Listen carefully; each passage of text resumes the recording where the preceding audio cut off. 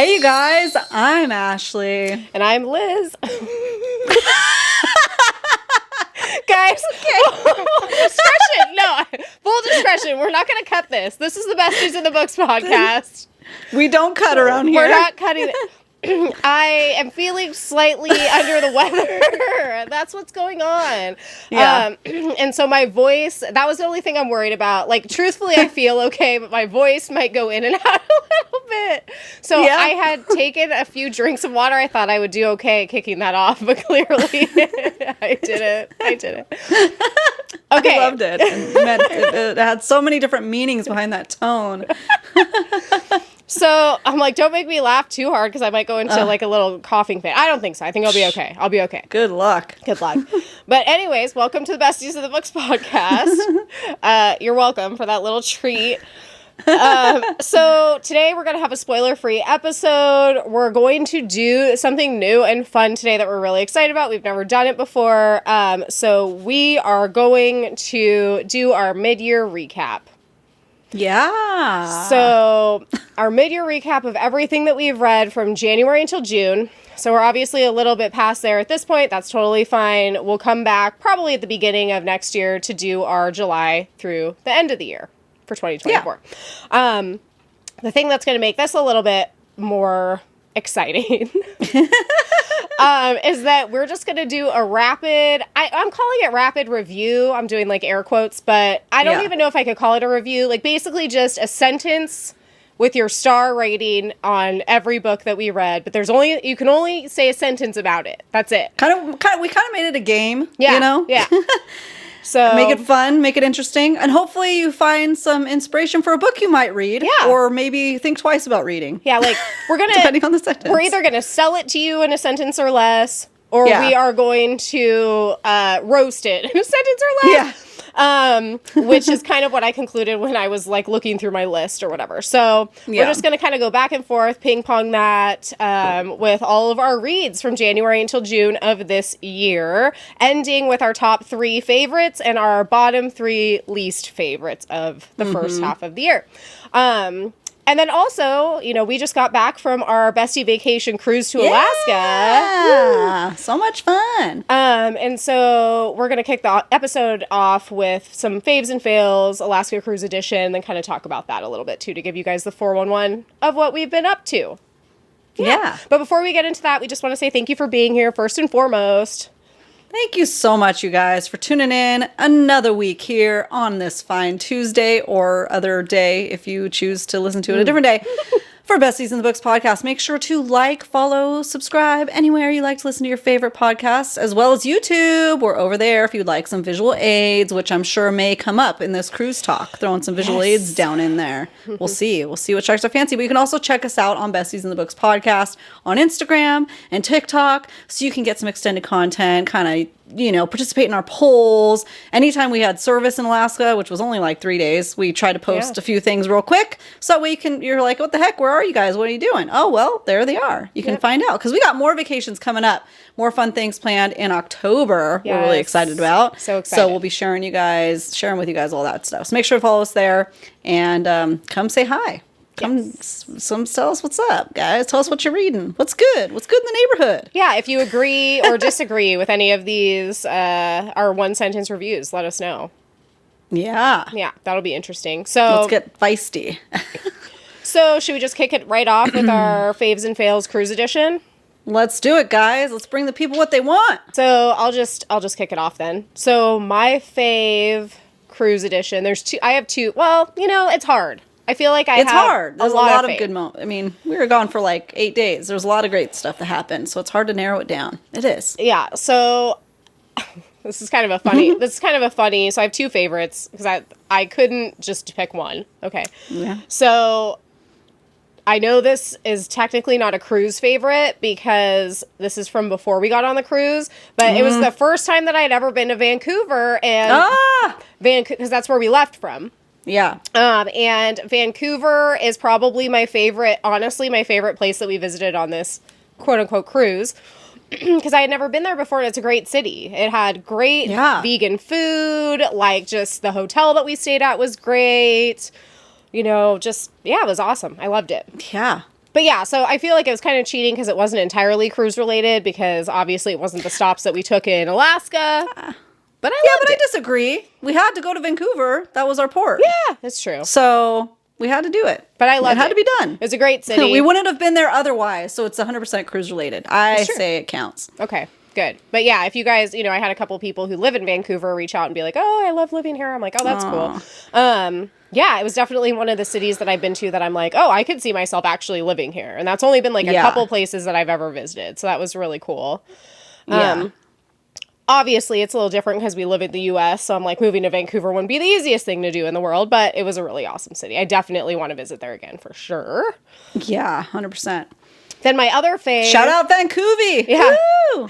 It was funny, like, some... You know how you can, like, hashtag, like, on Instagram, you like, hashtag Vancouver or whatever, and I did that, and then one of my pictures, I don't even remember which one it was, that I had posted, got, like, shared to some Vancouver thing, and I was like, oh, okay, great. So, shout out Vancouver. Thanks for that. Yep. And then my other fave was buddy reading Split or Swallow by Lindsay Straube. I don't know how to say her last name, and I feel like I'm going to totally like mess it up. But anyways, we were buddy reading that for our cruise read. Yeah. And so that was my other favorite of the week. I feel like it was just an enjoyable time. I love buddy reading things. Like when you're actually with the person, it makes it extra fun. And I loved the book. It was great. I'm not going to talk about it too much here because we've got some little surprises coming with that. But yeah, those were my two faves of the week. Yeah.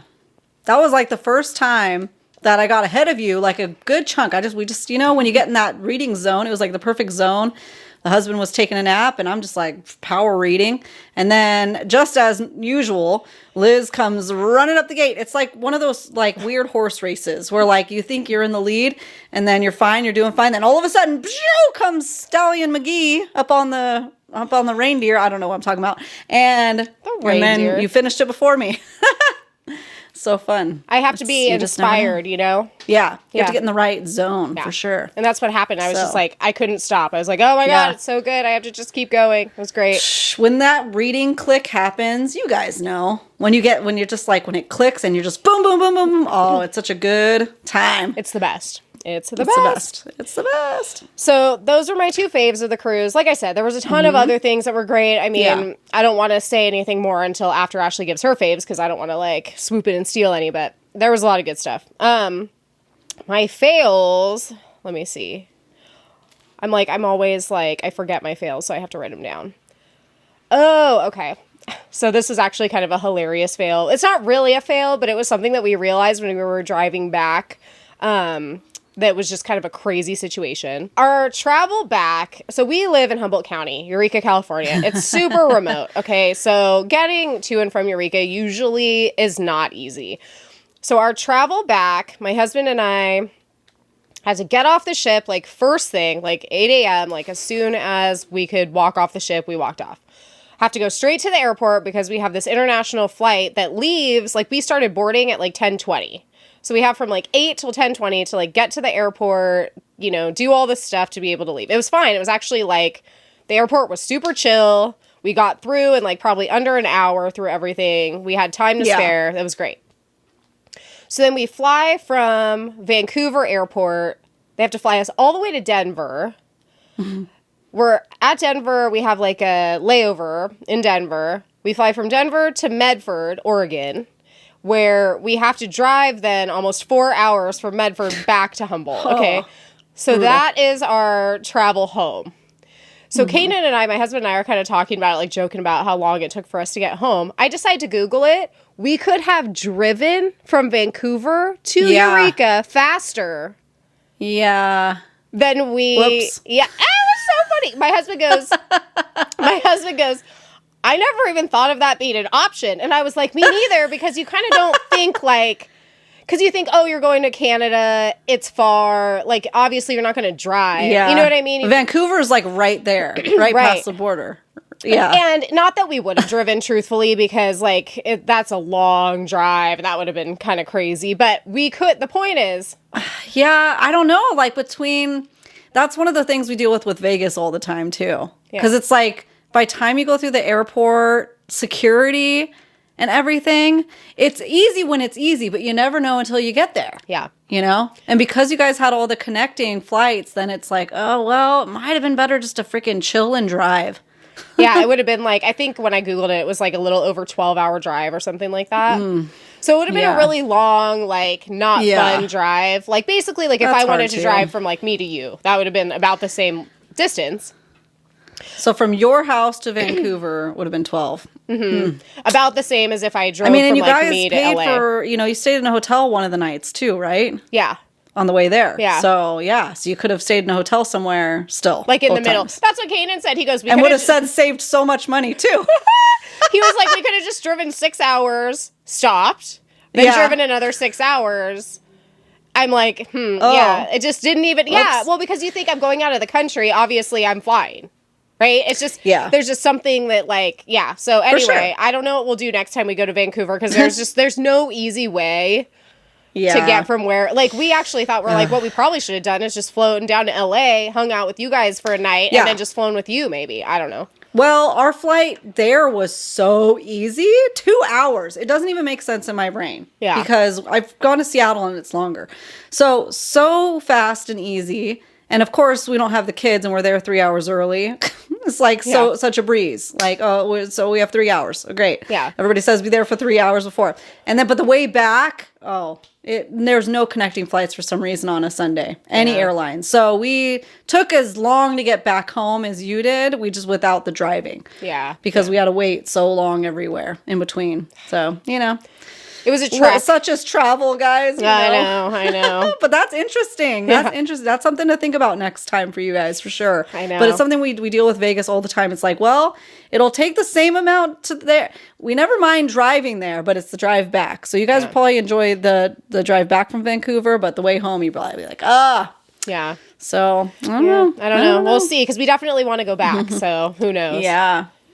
Who knows? All right, so my fave and fail, let's hear it. call it cheating, call it lame, but it was my same fave. Vancouver. Shout out Vancouver.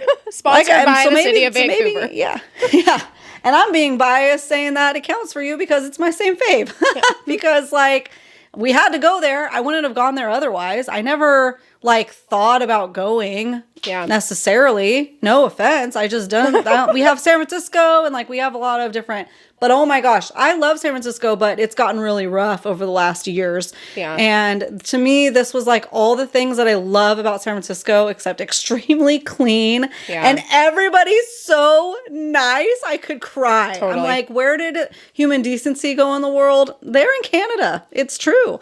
Because they're so nice there. Yeah, everyone was everybody above and beyond, with niceness. We stayed at the Exchange Hotel, you guys. I don't usually need to feel like I need to say where we stayed, but they were so great. I would stay there. Yeah, and it was and the had rooms some were historic, pieces throughout the hotel. The rooms were so cool because they're individual. They even gave us an iPad and let us select which room we wanted. I've never seen that before. That it was just they were 10 out of 10. The restaurant was great there. They let us check in. Me and Kanan got there early. Yeah. They let us check in at 10:30 in the morning. Yeah, it was great. It was AM without an extra charge. Yeah. Who does that? It was so amazing. And it's not like they were empty and weird. It was no, they were still busy. They're right there They're downtown. so freaking nice. Yeah. Mm-hmm. And that was the case everywhere. Everywhere was so nice. So my favorite thing was specifically running around Vancouver, going to all the different food and shops and just mess around with you guys. And it just felt like our youth where we're just exploring. Yeah. Yeah. We're explorers. Great. Yeah. And just running around town and having fun. And we got to spend, you guys were there a day before us, but even in the little amount of the 24 hours we had, we did so much. Yeah, and then we went to Granville Island the next day, and that place was great. I had a totally different vision in my head of Vancouver before we went. I thought it was going to be a sleepy, quiet, you have to kind of look for some interesting things. But no, there was stuff to do everywhere. Mm-hmm. It was awesome, guys. But 10 out of 10 recommend. But manageable. Because I feel I'm the same as you. I used to love going to San Francisco because, it's the closest big city to me. It's only about 5 hours away from me. And it's just gone, in my opinion, kind of downhill. I mean, anyone who's visited post, the vid knows that it's not been the same. So, yeah, it was really just refreshing to go to a big city with plenty to do and lots of, like, so many people, so many tourists, very happening, but then at the same time, like, manageable. Like, yeah, I didn't feel, like, rushed around or, like, chaotic or, like, it was hard to, you know, get transportation or anything like that. It was great. Yeah. It's a very walkable area. And we should clarify the part of Vancouver that we were in was like literally next to the cruise ports. Yeah. So it's because it's obviously it's a city, so it's huge, and there's a lot of little pockets around Vancouver. So we were in that area. So for us, it was very walkable, and there were like street fairs going on. They had the Pride Parade the next day, and it wasn't even chaotic. No. Like we thought, oh, we're gonna be woken up early. No, everything was very orderly. And even though sure there's traffic and stuff when you take a Uber or taxi, it was still not a big deal. And then we were joking the whole time how good the food was. So good. We were like trying to figure out, where should we eat? Well, just throw a rock and you'll find a good restaurant. Like the food, I feel like we've been lacking that in America ever since the vid because quality has gone down and prices have doubled. Yeah, I think everybody can agree on that. Service is terrible. Service is terrible. Yeah. Here, everybody was nice. Everybody was, you know, hospitality is still a thing there, you know, which was so, like, I could cry because this was amazing. And then so the food was so good. Even and the prices vegan. were normal. Like, I mean, they're not cheap, but they're just what you were used to in California. So, and then you're getting the good quality again. So it was just a great time. And we loved Alaska and we loved the cruise, but that was a highlight for me. Like any place that we talked about, we'd go back. Hands down, I'm taking my kids to Vancouver because that was amazing. Yep, it was great. Okay, so what's your fail? So what's your fail? This was our podcast about Vancouver. How much we love Vancouver. It was literally like just an infomercial for Vancouver. Seriously though, I wish. Sponsor us, please. I actually saw an ad for British Columbia earlier today. That's funny. They want me back, baby. Yeah. My fail. I had a hard time deciding which one I want to talk about because nothing is like really a fail. It's just funny. So I'll really sidebar. We played bingo, which was super fun. Love bingo on the cruise ship. And we got the little pool tabs and we won like $3. I think we both won $3, like $1 each tab. Yeah. Couldn't find them the whole trip. Well, I did the laundry, guys, and I found them in the dryer. Oh, that sucks. Yeah. Whatever. It's $3, but it was funny because it was like confetti. I yelled at Jeff. I was like, I found the $3 tickets. Here we go. So that, and then also when we got to the airport, we got to LAX and we have a lounge. We can go to a lounge and it was in the international, which we thought we were flying international because we booked through Air Canada. But the airlines right now are a complete disaster. Yeah. They're a mess. Everybody's having trouble with them. And so they put us on United somehow, operated by Air Canada. There was nothing about Air Canada. I don't know what's happening. So we were at the very last terminal, LAX, 3 hours early. I'm like, well, we'll walk there, I guess. Can't be that far. Half an hour later, we get to the lounge. And I'm like, was this worth it? I don't know about that. Because they're taking us like through underground tunnels. And I'm like, just don't, whatever you do, don't walk out through a TSA thing because I hate going through the TSA. That's my number one thing I can't stand because you never know. It's either going to be a breeze and walk through or it's going to take 2 hours of your life. Yeah. Like you just don't know. So that was probably our fail is that about 10 to 15 minutes into the walk, I was like, are you over it? Like, should we just turn around? And he's like, we're almost there. It keeps telling us, just keep following the arrows. Okay. We doubled that time and we still weren't there. So the walk back was easier for some reason. I think because we knew what we were getting into. Signed up for. Yeah. But there we go. There's our fails, if you will. But all part of the fun, guys. Also, I just have to say too, like on the cruise, I didn't want to like scoop any of your faves if you were going to mention it, but we did see we got to see like humpback whales. Yeah. We got to see orcas. Sorry, they're not whales. Orcas. We got to see otters. Orcas aren't whales? Yeah, I thought that they're like I thought that they're not considered whales. Oh. They're just their own thing? Yeah, I don't know. They're not a dolphin.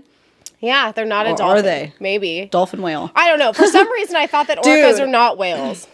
Okay, so we saw all those awesome things. Eagles are like crows there, okay? You know how we are about crows over here. I don't get the eagle obsession. I don't like eagles that much. Sorry, I love them. They look so grumpy and they have the weakest the weakest bark, if you will. Oh, yeah.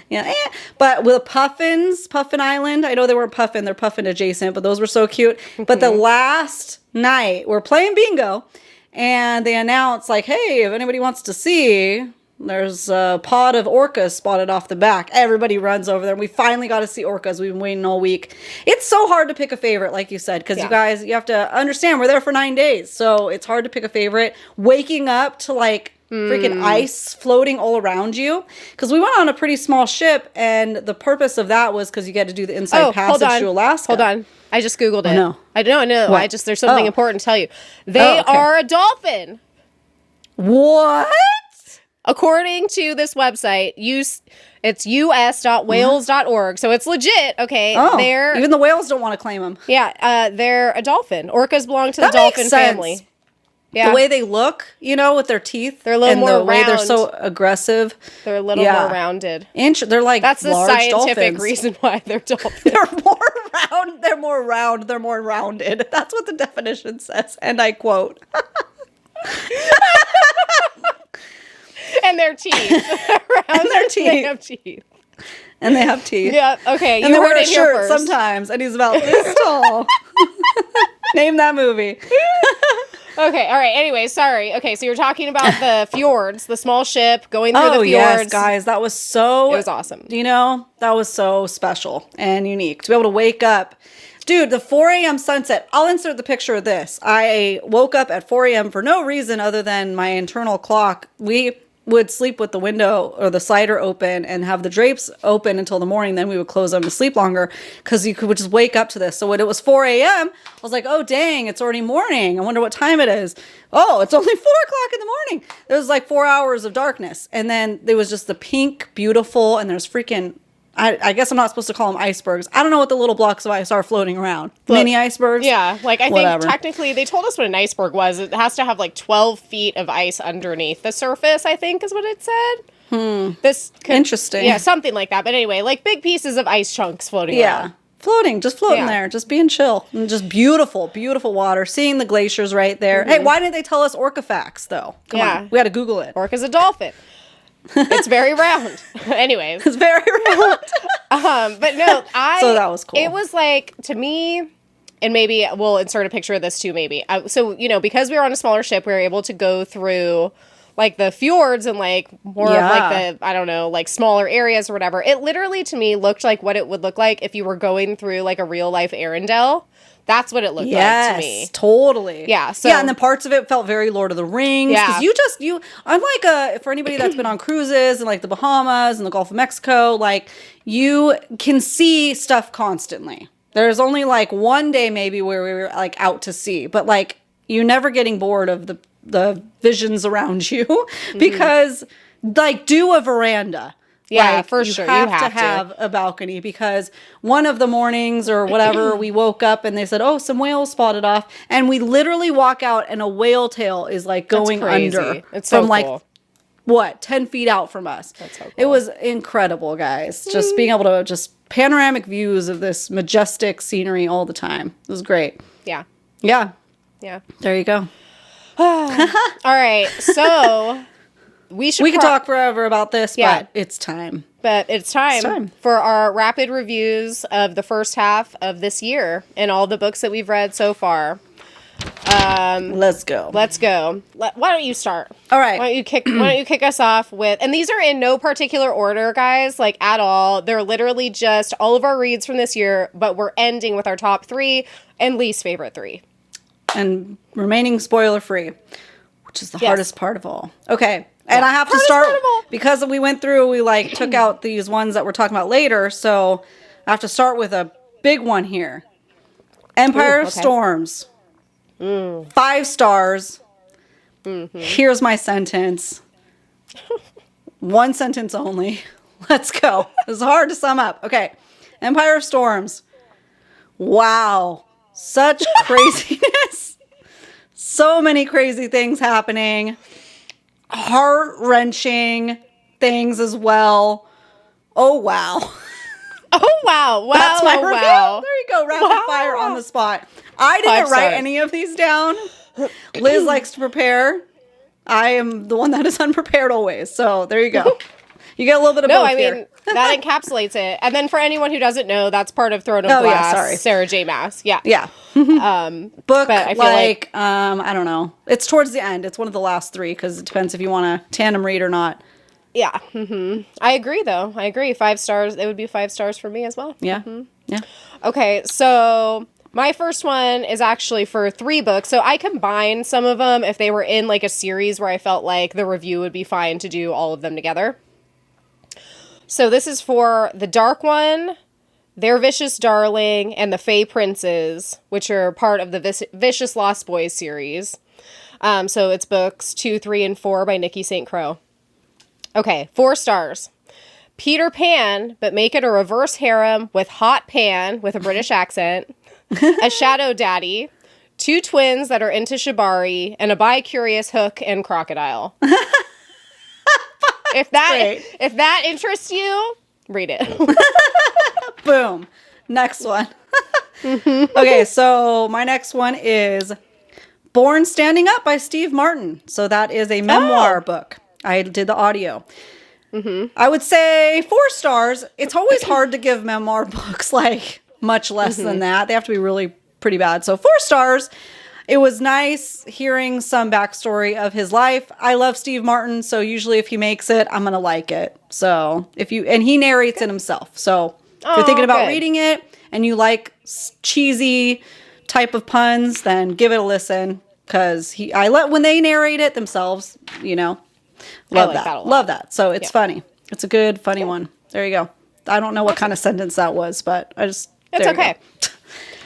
So my next one is called Pleasure to Earn. It's part of the Sins and Secrets Club. That's what it's called. Book 3. And I read this as an arc by H.N. DeVore. So I rated it 4 stars. You start dating an overprotective teddy bear of a man, then find out he's a member of a kinky sex club, but you like that. There you go. 4 stars. Case closed. Yep. All right, I want to know at the end of this what you guys are going to add to your TBR. So if you're on YouTube, you can comment and let us know, or you can DM us on Instagram. Yep. My next book is we did tandem read of Empire of Storms and Tower of Dawn, but I obviously review them separately. So Tower of Dawn is, again, the end before Kingdom of Ash for Sarah J. Maas's Throne of Glass series. So Tower of Dawn is also 5 stars. My sentence is, listen, you might not like kale, but you need to read this. So stop it. Just do it. Tandem read it with Empire of Storms if you're having a hard time, because it's really good and it's necessary. And listen, you are also a kale if you were in the magical world and you're a human. Yeah. So there you go. Yep. Boom. I agree with everything you just said. that was a very long sentence. Listen. My next one is House of Earth and Blood by Sarah J. Maas, book 1 in Crescent City. 5 stars. One of my favorite books ever, even though the second time it reads low-key like a detective romance. Yep. Which, we love it, but it totally did. It did. Let me know if you agree with that or not. It's funny because people don't talk about that part. But yeah, for sure, that's what's going on. It so does though. Like first time I read it, it's like it's like such an info dump. I think that you're really trying to like absorb all the details. Second time I read it, I'm just reading it, to basically remember everything before book 3 came out. And so I didn't have to focus on all those details. I was like, this is literally just like, it's like Bryce and her sidekick Hunt solving crimes. Yeah. You know what I mean? It's like, it was funny. It was funny. Yeah. Okay. All right. So my next one is Green Lights by Matthew McConaughey. Oh, another memoir. I got a lot of memoir audios in here. Matthew McConaughey reads it. This one gets a 5 star. So my sentence is, listen, Matthew McConaughey narrates it. So what's to lose? You get some insight on his life and a lot of surprising details I didn't know about. Pick it up, put it in your ear. There you go. Yeah. I loved that book. I read that quite a while ago. I also listened to the audio, but I ended up buying a shelf trophy as well. actually, I'm like, I think I bought it as a gift for my husband, the physical copy, but then he didn't read it. So then it just turned into a shelf copy for me. But yeah, I loved it. I thought I was going to think that Matthew McConaughey, because he has a tendency to be a little odd. So I was worried it was going to be like kind of out there, but it was actually really good. It's out there, but he wraps it up in a nice, neat little package, I guess you could put it. Because he's definitely weird, like, and he does some weird stuff, but, you know, he has a rhyme and reason. It's not off-putting. Exactly, it's not off-putting. You're not just like, who's this weird, crazy guy? It doesn't feel like less bro-y than I thought he was. Yeah, oh, totally. Yeah, so it was good insight. And his voice is great. We all know that. Yeah. That was an audio I slowed down. I didn't read that on 2x speed. Nope. Needed to absorb it. Okay, well, my next... I'm like, I deleted it by accident, but House of Flame and Shadow. You guys obviously know that is book 3 in Crescent City, and that is written by Sarah J. Maas. Okay, so 4 stars.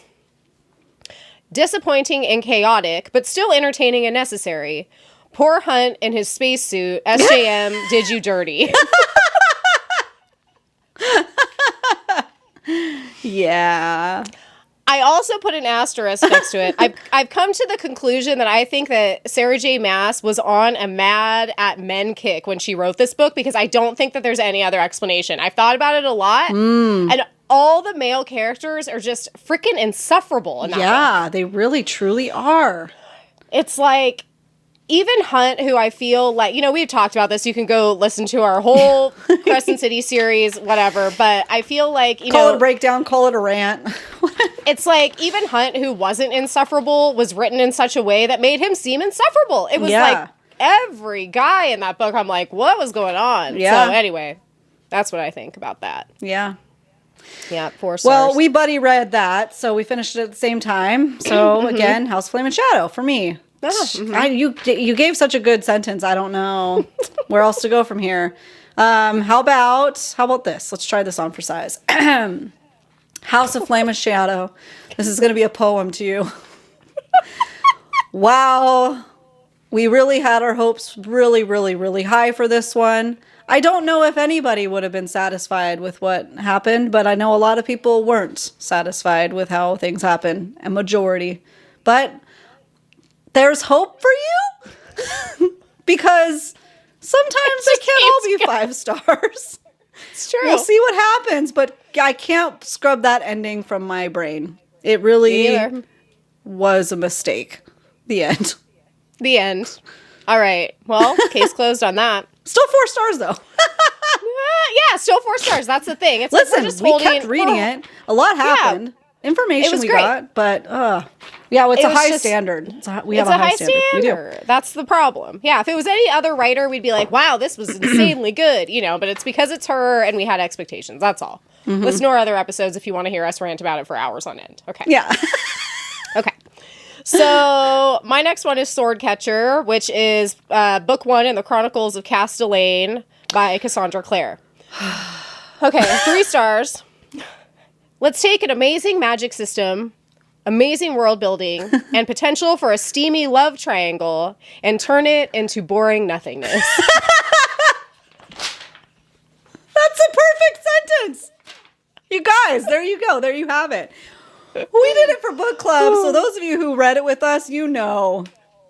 It was a time that, but it wasn't at the same time. Time passed. Time passed. It did. Words were read.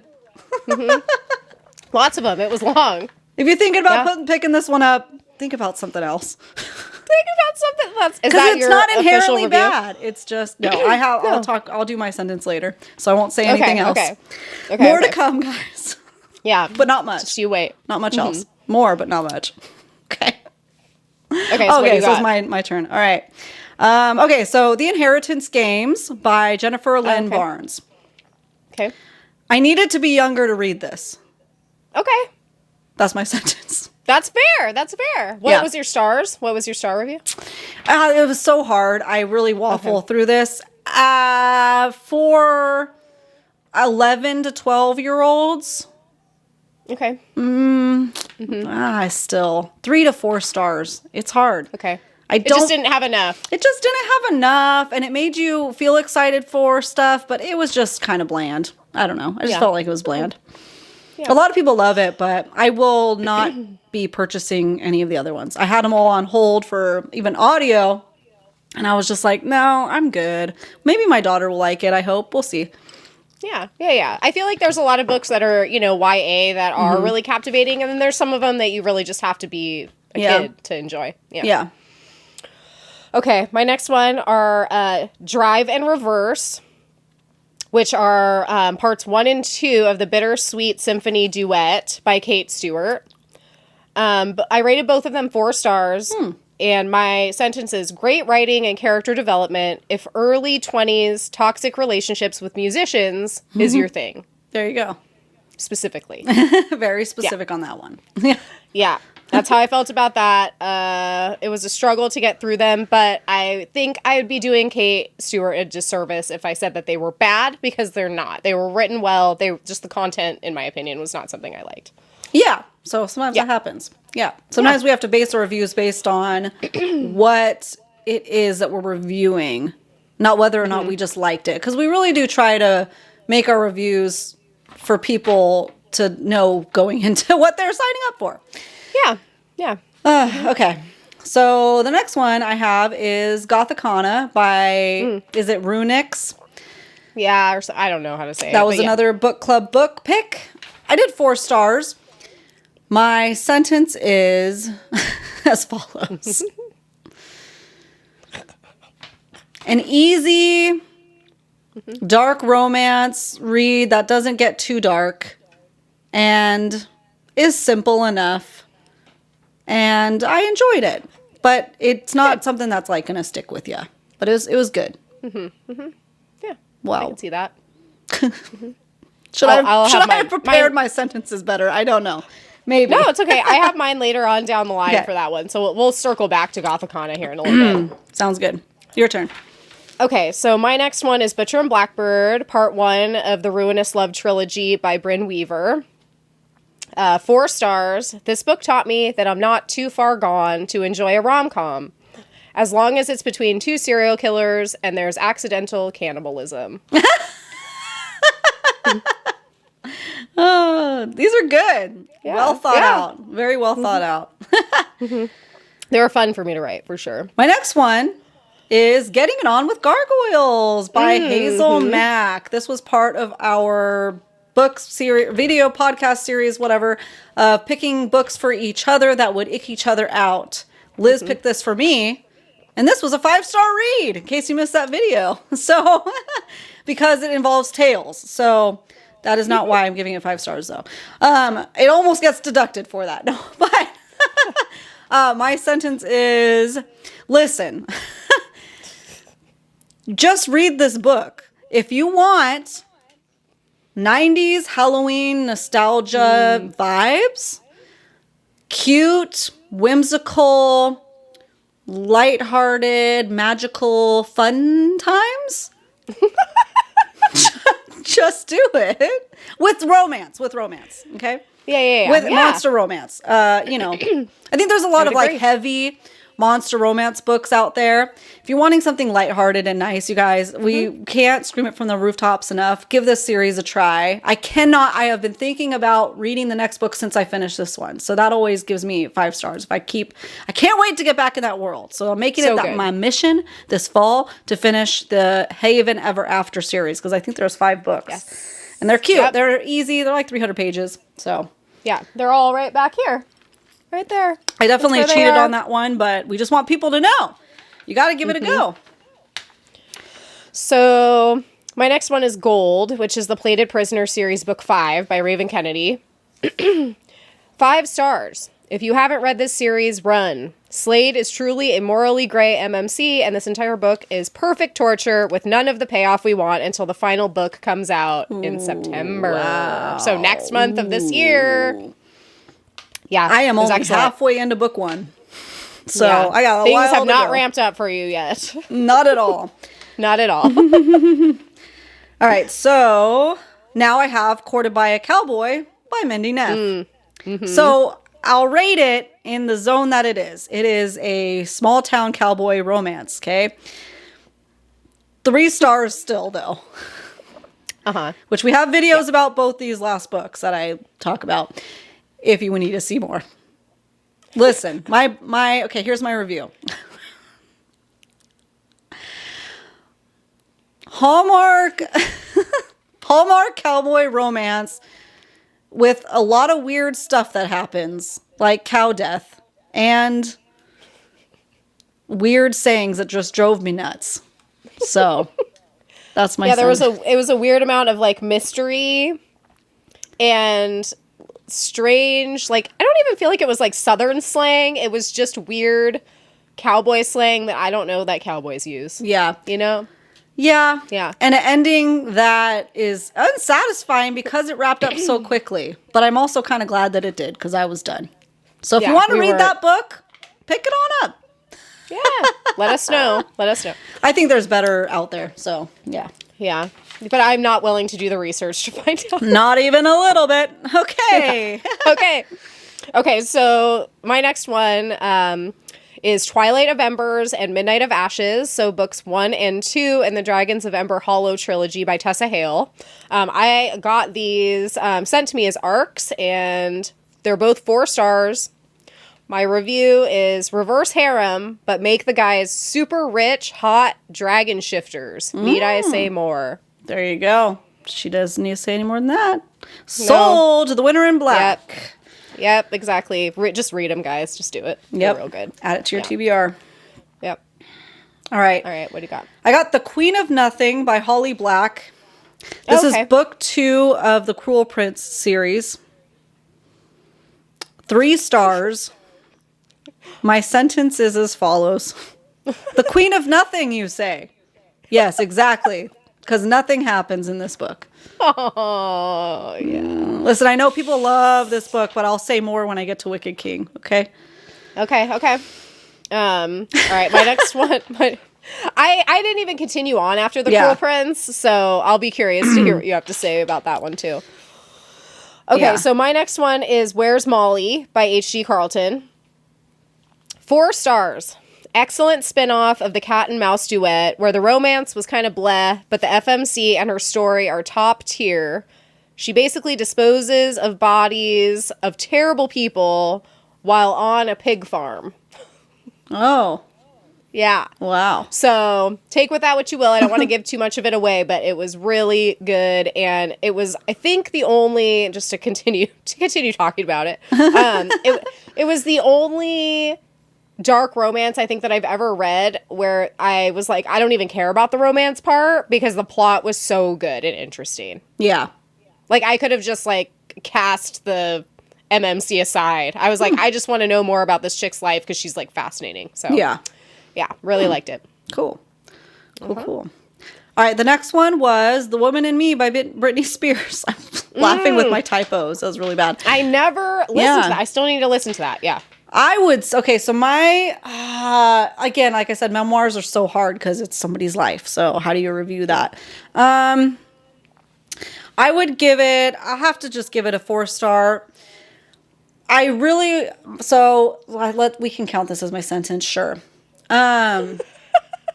People loved this book. I really wish she could have narrated it because it would have been easier for me to get into.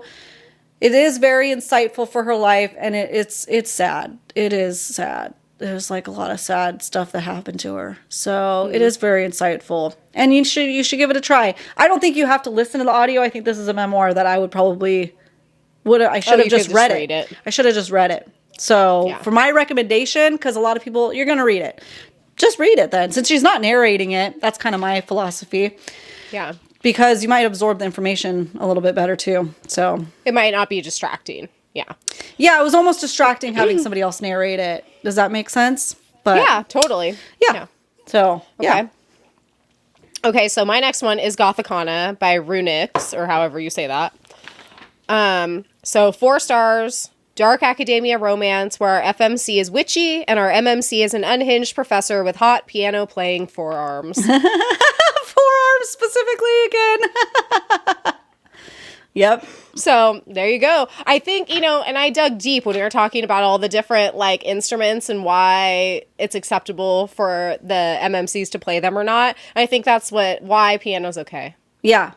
It's a good, strong forearm. Yeah. You know? I mean, yeah. Yeah. A lot of dainty girls can do the piano. Well, I guess the violin. I don't know. Anyways. All right. What do you got? Okay, so another memoir, The Storyteller by Dave Grohl. So he is the singer of Foo Fighters. So this one, a lot of people liked it. I was actually recommended this one. And while I did enjoy it, I have to give this one 3 stars. Just because, so I was listening to the audio, and he jumps around a lot that it was confusing. Maybe because I was listening to the audio that I'm just like, wait, what year is he in now all of a sudden? That kind of happens I want to say halfway through, then he starts kind of jumping back between his time in Nirvana, Foo Fighters. So that wasn't even a sentence. Sorry. But just know that it jumps around a lot. That's my sentence. 3 stars. Okay, yeah. I wish it was more in timeline, but maybe that's a personal preference. Yeah. Because his narration voice was great, and he was funny. So. Okay. That's definitely been on my TBR, so I don't know. Well, it'll probably stay there for a while. I'll do Britney Spears first. Yeah. Okay, so my next one is Getting It On with Gargoyles, Haven Ever After Series Book 1 by Hazel Mack. 5-star, monster romance is a yes for me, even more after reading this. There you go. That's all. Just simple and easy. It was great. Yeah. I think that was both of our first official monster romance if we don't include vampires. Yeah, right? Outside of vampire or Shift outside or of the fae. vampire. Yeah, exactly. Yeah. He's a gargoyle for crying out loud, you know? Yeah, exactly. Yeah. Okay. Right. I have The Dark is Rising. Book 2, apparently, by Susan Cooper, which was a buddy read for Liz and I, and our nostalgic reads that were picked from our favorite from middle school edition. So I still kept it 4 stars. If you are a kid or have a kid that is interested in fantasy and wants some beautiful world building with a satisfying ending, give it a read. Don't read the one Liz read. Don't read book 1. We'll talk read about book that 2. later. Yeah, so only book 2. It's only called The Dark is Rising. That is the one I'm referring to because there are 4, I believe. And you do not need to read book 1. So there you go. Okay, so my next one is called Tangling with Trolls. It's Haven Ever After Book 2 by Hazel Mack. So the reason why I didn't clump these together is because I feel like they are part of the same series, but they're really different. So they focus on different couples, and so I didn't feel like I wanted to clump them together. So also 5 stars.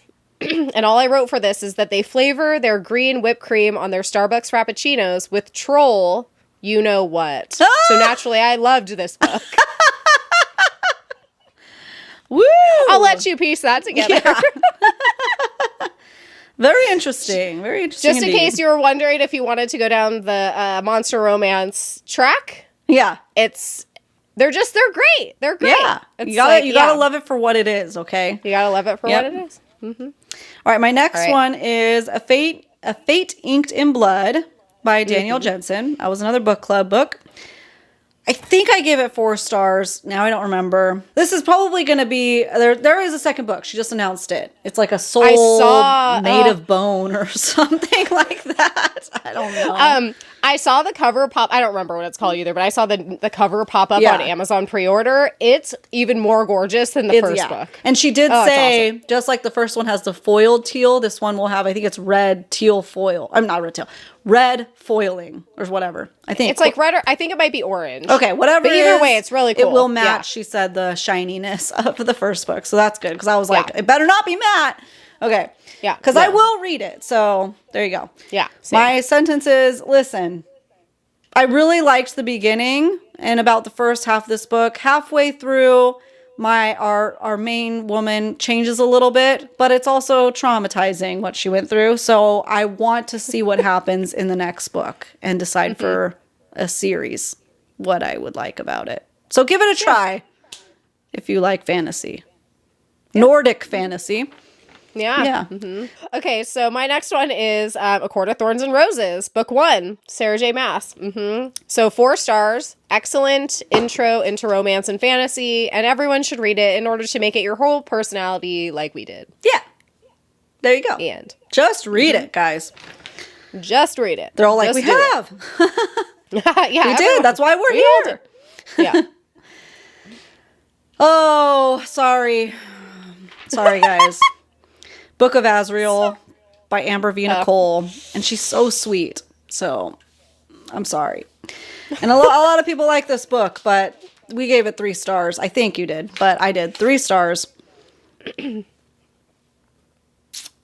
maybe that's harsh, but, if you are someone who has a problem with characters being inconsistent, you will also not enjoy this book. Mm-hmm. There. The end. Sci-fi fantasy. It's a lot to digest, and yeah.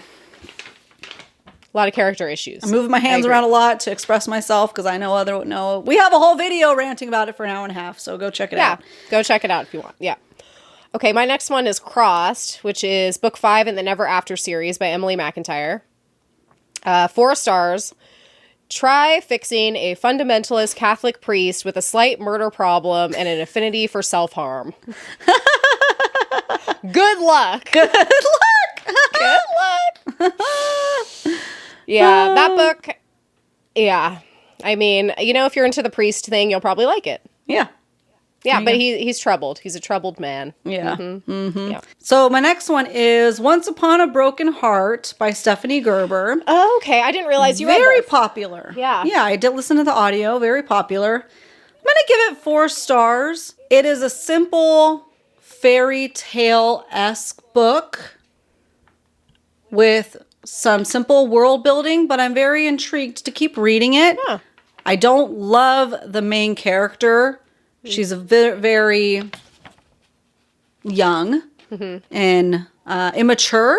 Okay. But there's a lot of possibility to have character growth still. Yeah. And I do like the MMC, the little bit that we got about him. So I found out after reading this is actually a spin-off to, my sentence is over, I'm not cheating, but this was actually a spin-off to the series, which I own one of the books. I haven't read it yet. I want to say it's Caraval. Oh, that series. I didn't realize that. Yeah, that makes sense. Yeah, so Jax is the MMC main guy in this book. He's a Fate.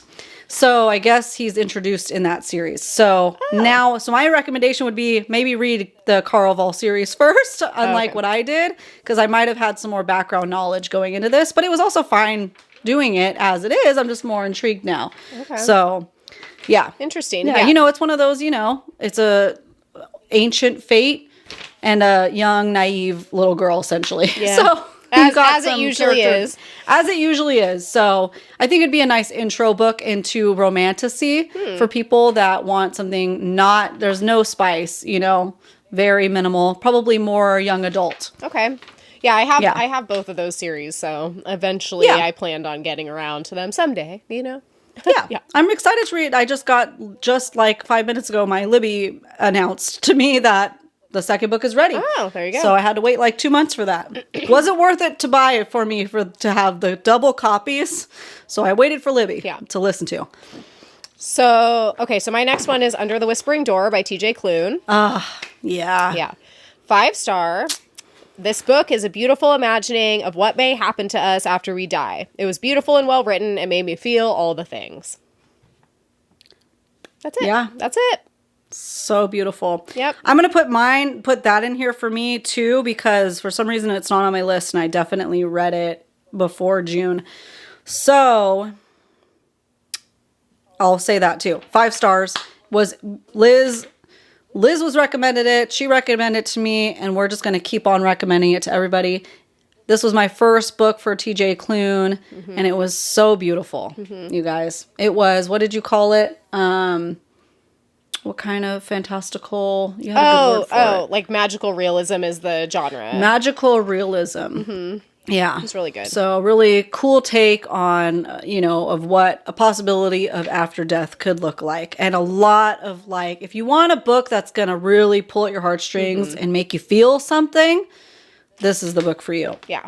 Yeah. Beautiful. Different than what I would normally read. It was part of a reading challenge. Yeah. I'm really glad that I branched out to read it. I hope to get to other TJ Klune. I've already bought a couple more of his books, so I know I'll get around to them at some point. Yep.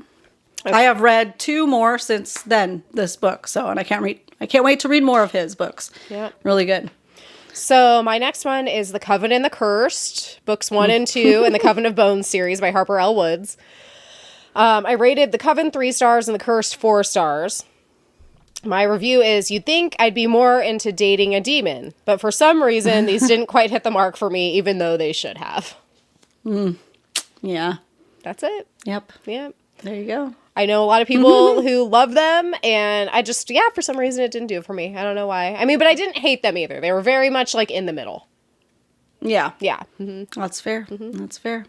And I am in the camp of I loved them, obviously. Yeah, but I also wanted something really easy on the brain at the time. And that it served. Yeah. That it served. Okay, so my next one, Ashes and the Star-Cursed King by Carissa Broadbent, 5 stars. This is the second book following, what is it? The Serpent and the Wings of Night. Yeah.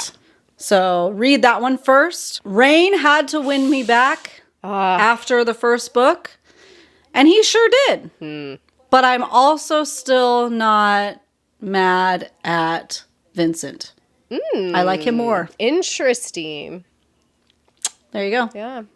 I love Yeah, we Rain. haven't He's talked great. about that. Rain and Araya Yeah. are top tier, guys. Top tier. Yeah. If you haven't read them, read them. They They're really so are. great. Yeah. They're so good. And the world building. Carissa's writing is incredible. I can't wait to read the Daughter of No World series. Yeah. That's next. It's going to be great. Yeah. All right, you're so up. my next one is the Hollows Row trilogy. So that's Lovely Bad Things, Lovely Violent Things, and Lovely Wicked Things by Trisha Wolfe. All of them 5 stars. Okay. Like even book 1, 5 stars. Nice. These books may be my new favorite dark romances because there is simply nothing better than becoming the obsession of a deranged, tattooed college professor obsessed with alchemy and sex rituals. That's it. There you go. In a Add it to your nutshell. TBR, guys. It's so good because, I mean, I just have to tell you guys, before I would say the epitome of top tier dark romance to me would have been The Cat and Mouse Duet by H.G. Carlton. I feel like you're either in the camp of you love it or you hate it. I love it, even though book 2 was very rough. I think the Hollows Row trilogy has dethroned. I don't know the right word for that. Basically, taken over as my number 1 favorite. Oh, yes, a good dethroning. Yeah. Yes. Mm-hmm. Yes. They're really good. If you like dark romance, read them for sure. Nice. Yep. All right. A Touch of Golden Madness by K.L. DeVore. We also read together as part of the series with Book of Azrael of picking books that we would like for each other. So this was the book I picked for Liz.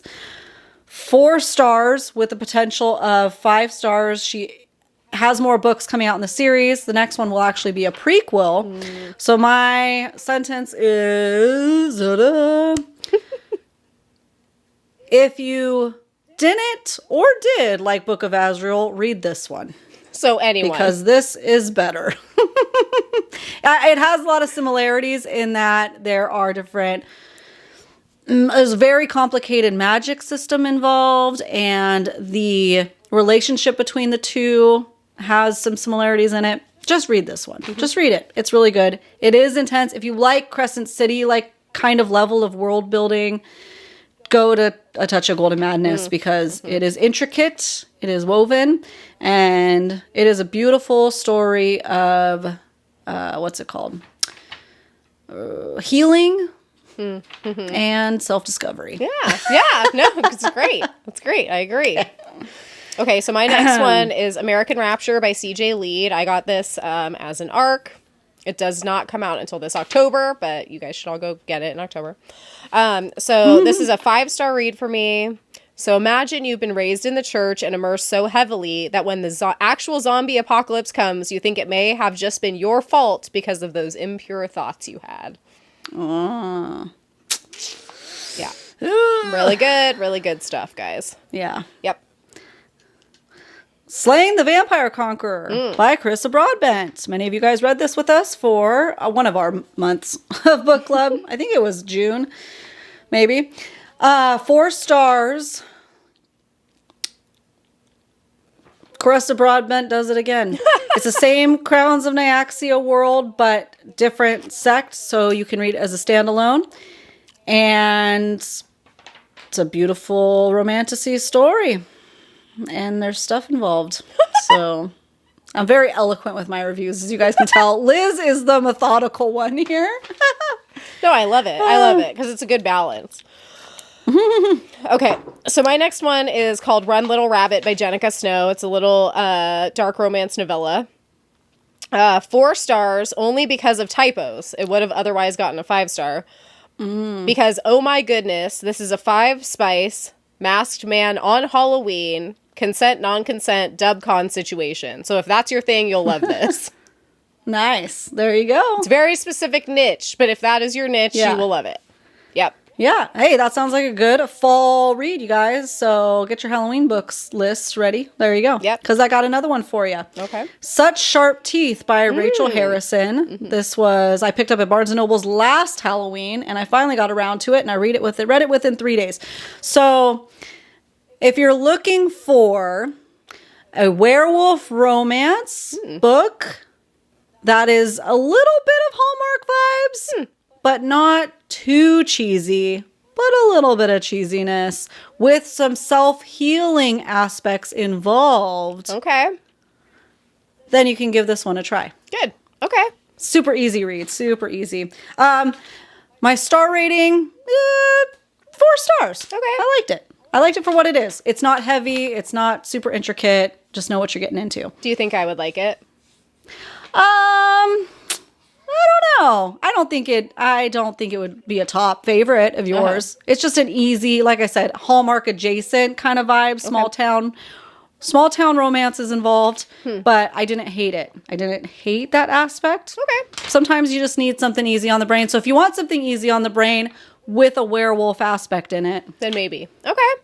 Then maybe. Cool. Yeah, there was a little twist that I wasn't expecting towards the end, so even better. I liked that too. So my next one is called Adjustment Day by Chuck Palahniuk. This was a 4-star for me.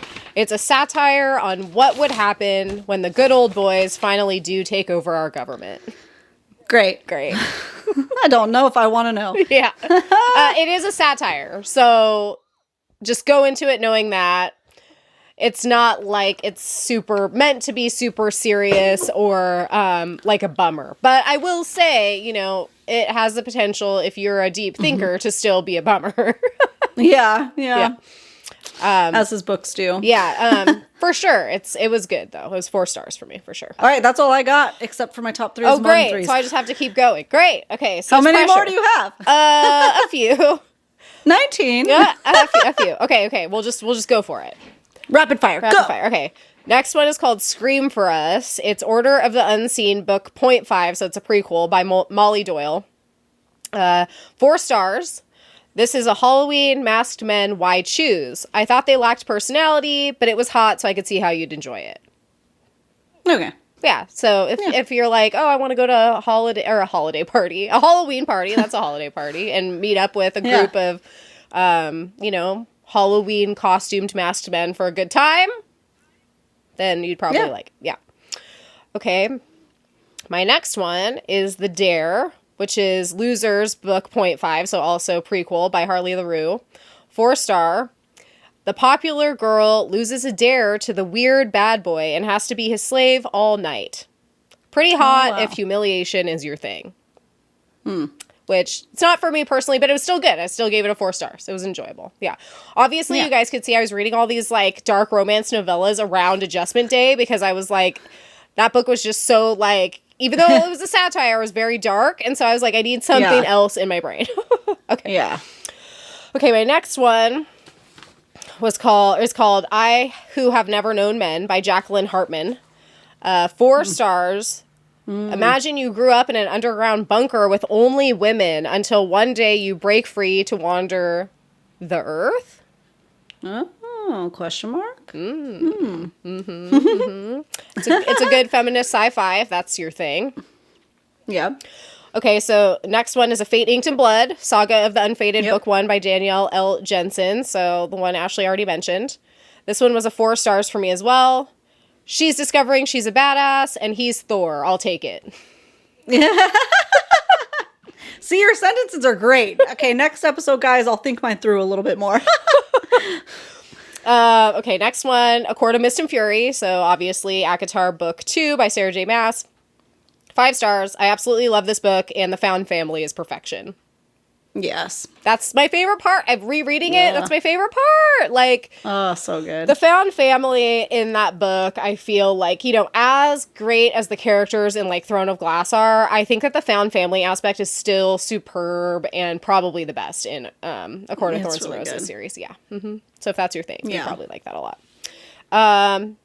Wait, I didn't hear you give your review of this one either. The Great Gatsby by F. Scott Fitzgerald. I know you read that. Oh, dang it. You know what? Because I never added it to my Goodreads because we were reading it secretly.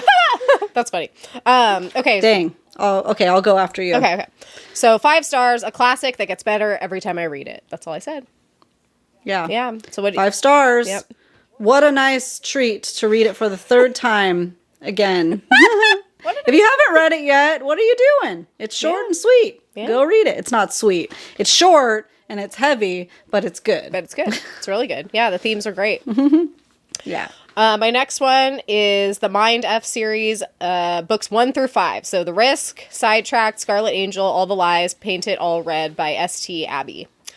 All of them I rated 4 stars. I feel like even though these are individual books, they're also, you know, you could read it as like one big long book too. So she's a serial killer and he's the FBI agent trying to catch her while also dating her. I loved it. It was really good. It was like a nice, like, I feel like they're marketed very like dark romance, but they're not really. They're more like thrillers with like a little bit of romance. So, okay. Yeah, it was good. My next one, The Book of Azrael, Gods and Monsters, Book 1 by Amber V. Nicole. 3 stars. Okay. Sad Thor mopes around for 500 pages while his badass enemy to lover carries the story, but doesn't do it very well. Yeah. Sorry. You guys. Sorry. I wanted so badly to love it. Me too. Me too. But it didn't. It just didn't. And I can't go on. I know. I might go on someday, but it's not on the top of my list. Yeah. Okay. And then my last one before we get into our top and bottom 3 is A Touch of Golden Madness by K.L. DeVore. 4 stars. This fantasy book has excellent world building, an amazing magic system, and nearly perfectly written characters. But it did teach me that a guy who plays the violin or pirouettes while sword fighting is not hot, and therefore I take away a star. Therefore? That's great. So that's it. That's so funny. That's our whole list. Okay, so we did leave out our top 3 and our bottom 3. Yes. On purpose. So why don't you give us your bottom... We'll both do our bottom 3 and we'll end on a high note of our top 3. Okay, so sounds good. Give me your bottom 3. Swordcatcher, which you discussed, was one of my bottom 3. Yeah. Are we still doing one sentence or we're just talking now? I mean, do whatever you want. Still short and sweet. Yeah. 3 stars. Honestly, there's not much else to say. You know? Just 3 stars. It's a very long book with no payoff. Like they finally get a little something at the end. Kind of, but I'm not interested enough to keep going. It was too much words. Very well written, though, you guys. Too much words. Yeah, the words were written. They were there. And they were structured properly. Yeah. But nothing happens. It's like a story of like, I don't know, you guys. A story about nothing. Of nothing. It's just, I just was so disappointed. So, it was a bottom. It was the worst. Couldn't find anything good about it. The other bottom, did I mess these up? I might have messed them up. Now I don't remember. Whatever. The Wicked King. So that might have been, I'd have to look at my book order. Hang on. Please hold. Okay. I messed up. Book 3 is Wicked King, I think. So technically, that's okay. Whatever. All right. The next one is Wicked King, which is book 3 in the Cruel Prince series. Yeah. Actually, I gotta say, I liked Queen of Nothing way less. So technically that should be right here. Okay. Just because it was like I said earlier, it was really nothing. I mean, a couple things happen in it, but not much. Also, all the tales. The Wicked King was the final book, and I did like it the most of all the books, but I just feel like, come at me if you will, There's so much love and hype for the Cruel Prince series that I'm just not understanding, other than she lays a lot of groundwork for what potentially could be really cool. And the relationship that Carden and, now I don't remember the main girl's name, have is so blown out of proportion in Bookstagram and Book Talk that it does not read on paper. Like, you would think it's like this epic love story. It's Jude, right? Yeah, it's like... Jude. You think that it's like this epic love story. Just the fact that I know that, and I've only read The Cruel Prince, that I didn't like very well a while ago, just shows you how prevalent it is on the people social really media. Took that idea and ran with it. Yeah. Like, people make you excited, like it seems. And I have a lot of friends that love this series. It's just not reading to me what I feel like I'm seeing from everybody else. So therefore, it's the bottom 3. Okay. Because it's just like, okay, whatever. It's just whatever. I had to do it for science, and I was just like, I don't understand. It's just very hyped. So, sorry guys, it is what it is. Yep. Can't all like the same things. Other bottom 3, which was my first book of last year, was What Hunts Inside the Shadows by Harper L. Woods. I liked it. And that was the second book. The first one was What Fate is Behind the Mist. Some shit. What was it called? The mist? What? We could just make these up all day. What hunts beneath the shadows? Yeah, something like. No, this was What Hunts Inside the Shadows. Okay, whatever. No, wait, hold on. What is it? That's going to drive me crazy now. Hold on. I don't know. What lies behind the shadows? No. What lies behind the mist? What is it? I don't know. It's too far away. I can't see it. I think I did a mobile read, so I don't have it around here. Yeah, I did it because Liz said it got better. It did. And I don't believe her. So it didn't. I don't even okay, it made it to the bottom because I'm like, I don't even remember that book. Like, I don't remember anything that happened because I don't think anything else happened. I liked it. They probably just do it a lot. They did. That was it. Yeah. So bottom for me. I blacked it out. I mean, I really disliked the MMC's character in book 1. I felt kind of like he was a weird character, but I felt like the reason why I like book 2 is because he turned into what I think he was supposed to be, and I enjoyed it. Yeah. Yeah. But I could see that. I could see how you wouldn't like it. Yeah. You're like, yeah, totally. Basically, for me, my bottom books, they have to make me have felt nothing. Okay. And that's what happened with these. Yeah. So all these books, I felt nothing. So I need to feel something. I agree. Like, usually that's how it is, but sometimes it's different. Sometimes they can make me feel something I hate so viscerally that, like, then they'll also get into the bottom. Well, yeah. That too. Okay, so my bottom... I can hate being bored, sword catcher. Yeah. Okay, so my bottom 3...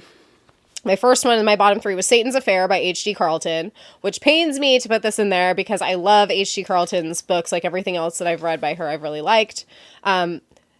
Even Does It Hurt, even though that book was really weird. Okay, so Satan's Affair, I rated it 3 stars.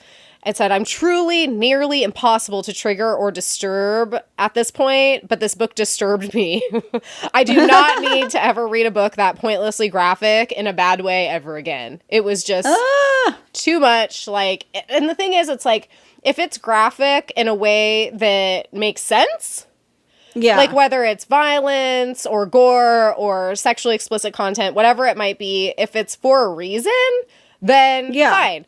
I felt like this was just gratuitous violence, gore, and like really creepy stuff for no reason. Oh. And I was just reading it like, why am I reading this? Why am I reading this? So that one was in my bottom 3. My next one in my bottom 3 was Courted by a Cowboy, Texas Sweethearts, book 1 by Mindy Neff. 3 stars, cowboy romance is a no from me after reading this. That's all I put. Yeah. I really just disliked it a lot. Earring. Yeah, a cowboy with an earring. It's just, there's nothing grosser. There's nothing more gross. And then my third of my lowest rated was Oversea Under Stone, The Dark is Rising, book 1 by Susan Cooper. 3 stars, a boring kid's book with no magic. Yeah, so... there was a muscuffle, I just made that word up, of our Darkest Rising buddy read, where Liz read this one. In my defense, it is book 1. It is book one, and we have a whole episode about it. And that is very different than the one I read. Yeah, there was no magic. I was like, what am I reading? This is so boring. It was so boring. At one of these recent nights, I Wikipedia'd it for some reason. I don't know why it came up. And I was like, oh, apparently, yeah, some of those characters were in the second one, but with different names, kind of, or like they were their secret names. So I didn't pick up on it when she was telling me about it because I'm terrible with names. So I was like, oh, I guess they're all aligned, but you don't need to read them all. Just tell your kid to read the original Darkest Rising, and you're good. Yeah. Well, that's probably why they didn't assign book one in school to you, because it was so boring. Yeah, the teacher's probably like, this is so stupid. I'm not going to read this. I'm going straight to book two. No one's going to read it. Would have been nice to have a heads up. I barely made it through as an adult, and it was only like a 300-page kids book, Yeah. Okay. Yeah, but I will say the writing, I don't know about the writing in yours, but the writing in mine, even though it was a kid's book, I want to say it was like 6th and 7th grade. It's still... Yeah. Very symbolism and very well written, big words. Yeah, that I don't have right now. The writing wasn't the problem. It was literally just the content. It was so boring. Yeah, I was like, oh my god, here we go. I literally was like, I'm just gonna try to read a chapter a day. That's what I had to do. I was like, just one chapter a day. Otherwise, I can't. That probably felt like school. Yeah, when you can't get through the book. I gotta try. Yeah, so sad for you. Okay, so what are your top three? I'm so curious. Obviously, top threes are When the Moon Hatched, Sarah A. Parker, right? Dude, you guys, so good. If you like Fourth Wing, the only comparison is that there's dragons involved in this one. You're going to love it even more. Just read it. It is so good. I loved every chapter in that. I was never like, oh, okay, let me just hurry up and get to the end. There was so much going on. It's so involved. There's just do it. Just do it before the next one comes out, which I think is spring or something like that. So get to reading When the Moon Hatched. Please, if you take anything from this episode, let it be that. Yes. There you go. My next one, Kingdom of Ash, which is the last book in the Throne of Glass series by Sarah J. Maas. What can I say? It's the final book. Again, so much happens. If you're thinking about reading Throne of Glass, you gotta do it. The first couple books, listen, they were a little bit slow. They were her first books ever. She was a teenager when she started writing these. We gotta give her some... I don't want to say slack because they're still good books. Like Throne of Glass is still a good book. It's just, it's young adult. It's a little bit slow. However, there's still murder involved. It's still crazy. There's still love interests. But, dude, with Kingdom of Ash, man, it's brutal. Your heart will get ripped to pieces, but... Time and time again. You gotta do it. It's beautiful. Amazing. Yep. It all comes to is it called crescendo? I don't know. Yeah. Yeah. Crescendo. Yeah. Then my last one that stuck out to me for the year so far is In the Lives of Puppets by T.J. Klune. Oh, so this was my second book from T.J. Klune, as Liz and I discussed Under the Whispering Door. In the Lives of Puppets was so cute. I highly recommend the audio. He does the same guy, I think, is almost all of his audios. And he does the robot voices so good. And it was such a fun time. And also heart-wrenching, and it was just, it's almost like a post-apocalyptic kind of world. I don't want to give too much away because you need to read it to know. I went in blind, and I loved that, But there's a nurse robot who is a little bit homicidal, There's a vacuum robot who's a little bit anxious and OCD and stressed out, and it's just so cute having all the personalities. And I think you guys would enjoy it. And I think anybody would enjoy it because it's a good, fun read, but also brutal and emotional, as T.J. Klune tends to do, Yeah. Make you really sob. Well, that's good to know because I feel like I'll bump that up on my TBR for sure. Yeah. So in my order so far, that's my top one so far. And then Under the Whispering Door is just right under. And then is The House in the Cerulean Sea is the only other third book I've written for him so far. So, yep. Cool. There's that. Let's hear yours. Shockingly, I feel When the Moon Hatched. Yeah. Moonfall Book 1 by Sarah A. Parker. Yep. 5 stars for me. This book has everything. Okay. Yeah, when I was writing this like little mini 1-sentence review, it reminded me of what's his name? Is it Stephen on Saturday Night Live, where he's like this? He's talking about a club. This club has everything. I don't know. It's like Bill Hader. You know what I'm talking? Okay. Anyways, if you know, you know. But this book has everything. A hot MMC who reminds me of Khal Drogo. A badass FMC who we all wish we were. Dragons. Excellent writing. A well-developed magic system. And an amazing world. It can do no wrong. You guys, read it. So good. I loved every second of it. I cannot wait until the next one comes out. I cannot wait. Okay. So my next favorite, shockingly, was Kingdom of Ash. There you Throne go. of Glass. Book 8 by Sarah J. Maas. 5 stars, one of the most epic books I've ever read, and the perfect heart-wrenching conclusion to Throne of Glass. Yeah. Yep, that's it. Hashtag justice for Aedion. I will die on that hill. Yeah. Oh, I miss them. If you know, you know. I miss them all. I wish I was reading it all over again. I know. I know. We will someday. Yeah. Yeah. Okay, and then my third favorite, which will come as no surprise if you know me at all, was my reread of House of Sky and Breath, Crescent City 2 by Sarah J. Maas. 5 stars. This book has yet to be... When you didn't list it at the beginning, I was like, wait, you didn't... Oh, yeah. Yeah, It's you're coming. like, that makes sense. Yeah. I picked it together. This book has yet to be topped for me in fictional men or epic endings. Wow. Yeah. To me, it's I'll just say it, to me, this book is the GOAT. Like, it just is. Nothing has topped it so far. Yeah. That's all I have to say about it. It's greatest of all time, in my opinion, as far as fictional men and epic endings. It cannot be topped, or it has not been yet at this point. Yeah. So that's it. It's my top 3, bottom 3. Let's go. Everything that we read so far this year up until the end of June. And then I can't wait to do this again. This was really fun. I really enjoyed it. Let us know if there's any of these that you're going to go run to read now. Yeah. That you heard our amazingly eloquent reviews. Yeah. Listen, and Liz did an impeccable job. I will prepare in the same way next time because I feel like sometimes I got it and I'm on the fly, but sometimes it's good to know what you're saying. So I'm the opposite. I have too much to say, and then it's like I can just go off on tangents. So I'm like, I have to force myself to just do it, you know? All Okay, right. so should we wrap this up with a smash or pass? We shall. So why don't you give us the rundown on the origins of this very special smash or pass? Yeah, you guys, these are husband nominated. So we were in Vancouver. Let's go full circle back to the beginning here and running around being idiots. We went to Lind Truffles, was right next to our hotel. It's the Lind store, whatever. And if anybody knows the famous Lind creepy whisking guy, he was there. Well, not him. He's the chocolatier. Yeah, the chocolatier. He's the Lindt master chocolatier. Lindor, you know, that's chocolatier. Yeah. Intense size. There was like a huge wall painting of him. And my husband's obsessed. He loves it, I guess. So, I'll insert the picture of him getting drizzled on. So it came up that we should do that as a smash or pass guy so that we can find out from the people what they think. Yeah. Creepy or hot, right? So then we're trying to think, okay, well, since it's a smash or pass, dessert edition. Dessert edition. We need something similar for the other one of us to do. Yeah. So then without skipping a beat, my husband is like the Keebler elf. Without skipping a beat. That was the best.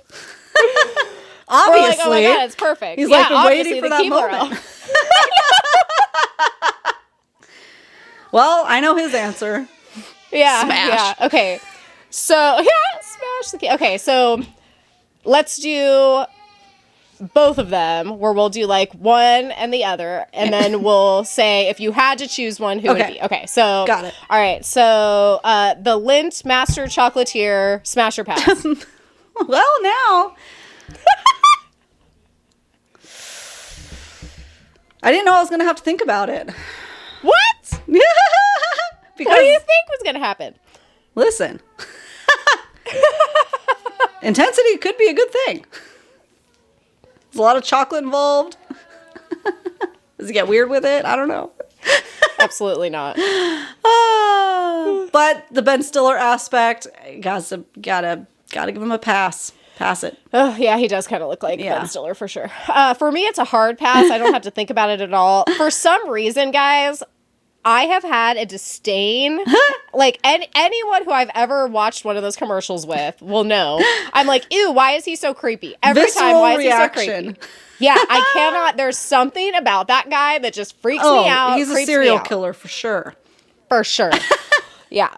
And so that is a pass for me through and through. Okay, so the Keebler elf. Oh, well, Smasher pass.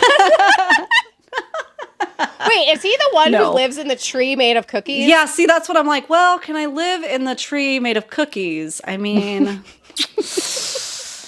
wait, hold on.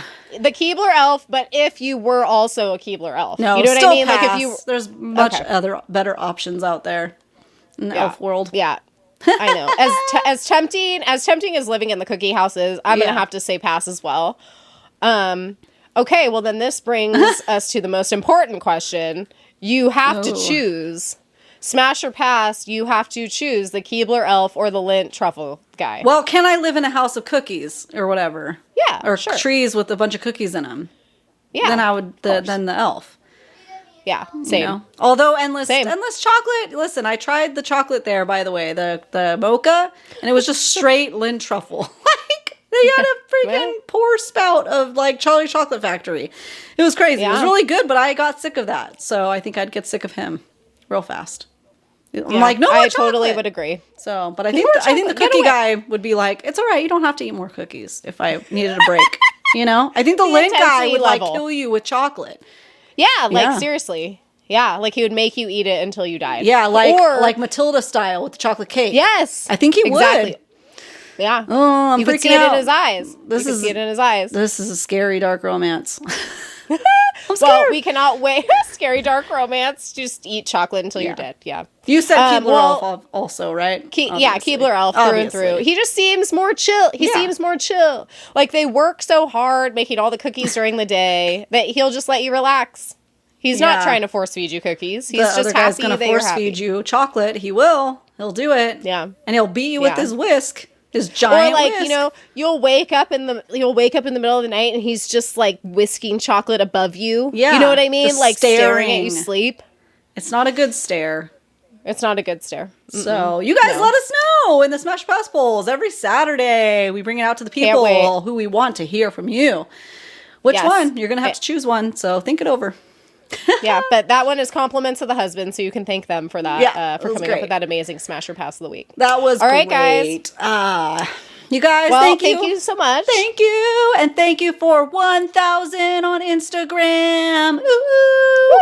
Thank you guys so much. If we haven't announced the giveaway yet, we will. So keep your eyes peeled. Just check it. We're always going to be doing giveaways, so make sure to follow us there on Instagram.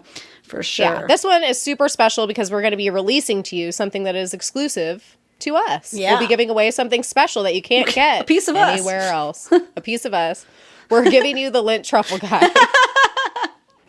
He's going to watch you while you sleep. Yeah. He sees you when you're sleeping.